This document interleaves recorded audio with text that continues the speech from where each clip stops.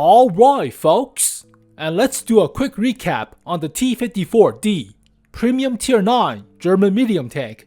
Now even though on paper it's not listed as a premium tank, doesn't have the bomb making or credit making capabilities, it is actually a premium without the labeling. So I played a match with this vehicle, does make the bonds provided you deal the damage, but vehicle special ability at tier 9, make the bonds, as well as bonus for premium vehicle tier, it is a premium. So there will be a micro patch to fix the labeling, but with that being said, this vehicle paid a hefty price for premium tank status. Originally it was a special tank with a lot better top speed, health, DPM, and faster aim time and faster traverse.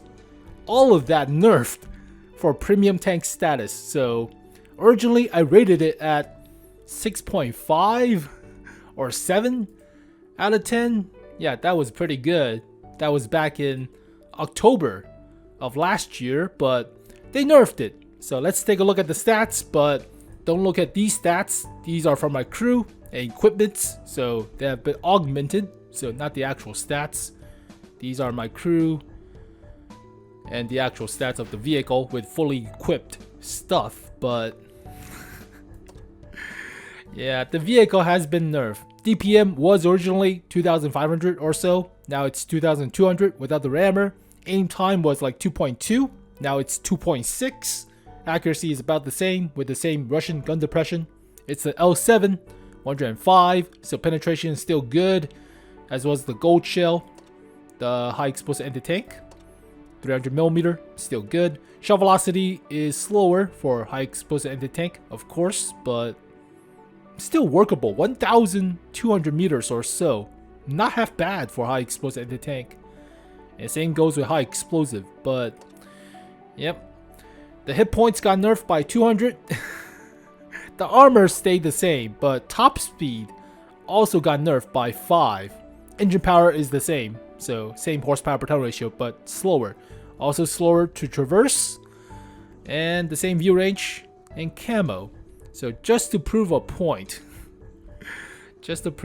original super test stats, top speed of 45 without the turbocharger, aim time 2.3 without the 100% crew, 40 rounds, 1,800 health, and faster traverse, 50 for hull and 40 for the turret. So original stats 2,500 DPM with 2.2 seconds of aim time, 41.7 degrees of traverse for the turret, and now it's less. So longer aim time, less DPM, slower traverse by like freaking 10 degrees. Alright, less health, 1,600 compared to 1,800. Yep, and slower hull traverse and slower top speed. Same engine power, 45 tons. Yep, same engine power, but slower top speed, slower hull traverse. Effective traverse also slower, but oof, 52 compared to 36. That's 16. Come on, man. The same view range, the same camo. View range camo stayed the same, but holy crap, that nerf for premium tank status is pretty dramatic, right? Now, there's also a downside to this vehicle, and that is dispersion on this vehicle sucks. Presumably, it's 0.25 while moving the hull, and 0.16 for turret traverse. Now, this is not the micro patch. Tanks.gg has not been updated, but I've been playing it at close range. It still feels kind of wonky. I mean, it's not as bad per se as a Object 590, the recent tier 9 as well, but doesn't feel good. Really doesn't feel good. Now, granted, it has better accuracy, so this does help. The base accuracy does help against the Object 590, but still takes a little bit long to aim.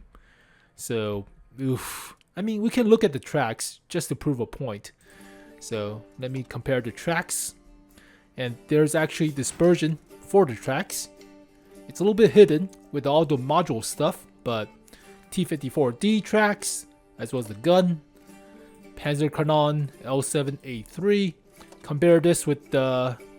Let's compare with the 590. As well as the gun, the auto reloader, 100mm. The gun is actually more accurate while turret rotation, so that's factoring the base accuracy, I believe, but the track's dispersion is somewhat better than the 590, and the 590 is not great. 590 is about the same in terms of actual stats. Yeah, the same for moving the hull, but better base accuracy. This does factor into combining the two into trying to adjust to targets, but oof, I mean, this gun is not accurate. 0.25 is not accurate for a gun in terms of dispersion. It's worse than the sniper medium, like the Leopard prototype. Yeah, it's worse than sniper medium tanks. Just to prove more of a point, where the hell is the sniper medium tanks? And it's worse than the sniper mediums. No, I mean, it does have the space armor, so that's the big bonus, but yeah, terrain resistance is also not bad per se. Compare this to a 55A, the same terrain resistance, just not as good horsepower per ton ratio and top speed, and dramatically worse dispersion factors. Holy crap! But yeah, okay, it is the 07, so it has the penetration though. Also nerfed the health. No, but let's take a look at the armor and finally wrap this thing up. But space armor is effective. I play it like an idiot, charging into front lines and stuff, but you should play this thing at the front lines, at least as a support medium tank, like a smaller heavy. But upper plate, about 230mm effective, lower plate 240, so both upper plates and lower plate have space armor, like with the Super Pershing, but it's only one flat surface, not two. So Super Pershing has two plates, whereas this thing has only one, technically. But space armor for the turret cheeks, pretty decent. Small cupola, still a weak spot, but still relatively small. You could shoot a shell into the mantlet and pin. I've done so against other T-54Ds. So shoot a shell into the mantlet, sometimes you'll pin, as well as the driver hatch. There's no shielding for the driver hatch, so this part doesn't have space armor. Well, it's only 55, so technically the periscope could eat the shot, but I wouldn't rely on it, so you will pin. Unless that's also like a splashboard of a space armor, but okay. Now the tow hooks are somewhat of a weak spot at close range as well, without the space armor and the sloping, so that's also weak spots. But there are side skirts, you could side scrape. It's not half bad, but not a wide angle, so use some discretion while side scraping. But armor for this vehicle is generally decent, and with the engine boost to a horsepower per ton ratio of a turbocharger, it doesn't feel that slow, but still feels sluggish if you are normalized to Russian medium tanks like the T-55As or T-54s. This does feel kind of sluggish for the space armor. But equipment, I have rammer, optics, and turbocharger. Without the optics, it will drop down to 400 meters. So if you want like vertical stabilizer for the dispersion, then yeah, you could replace the optics, but I prefer to have optics for my medium tanks. Turbocharger is likely a must. It does feel sluggish without it, even with it as well. And rammer does help out with the DPM. God, 2500 DPM will be so great on this thing, but no, it's a premium tank. Have to nerf everything to make it a premium. Since it's tier 9 now, woo. But okay, yeah, everything else, you don't need the improved aiming. Vertical stabilizer could replace the rammer, but rammer is still more important. Just fight at close range, right? You don't need grousers. Terrain resistance is already good enough. You could have improved hardening to give yourself better track health, but debatable. So, or improve aim time. 2.5 feels okay. It doesn't feel great, but it's okay.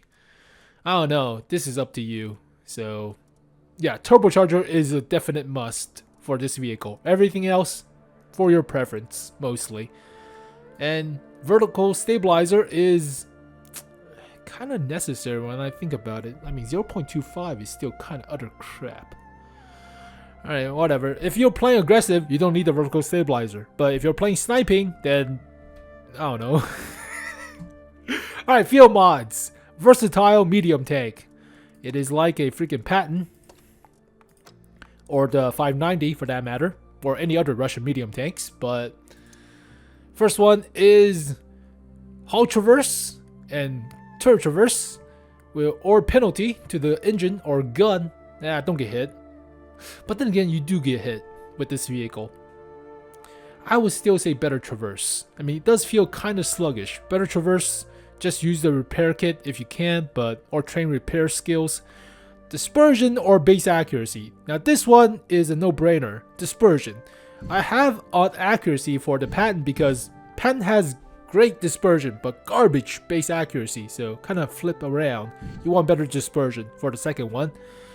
Camo or reverse speed. Ooh. This is hard. I feel like if you are in the front lines, you are mostly assault medium tank, right? And assault medium tanks don't need the camo. But granted, camo doesn't really hurt. I mean, it still has 18 with the turbocharger going backwards. It'll still be fine without it, but say aggressive assault medium tanks, like a E50. Yeah, I put reverse speed to get out of hairy situation faster, 25.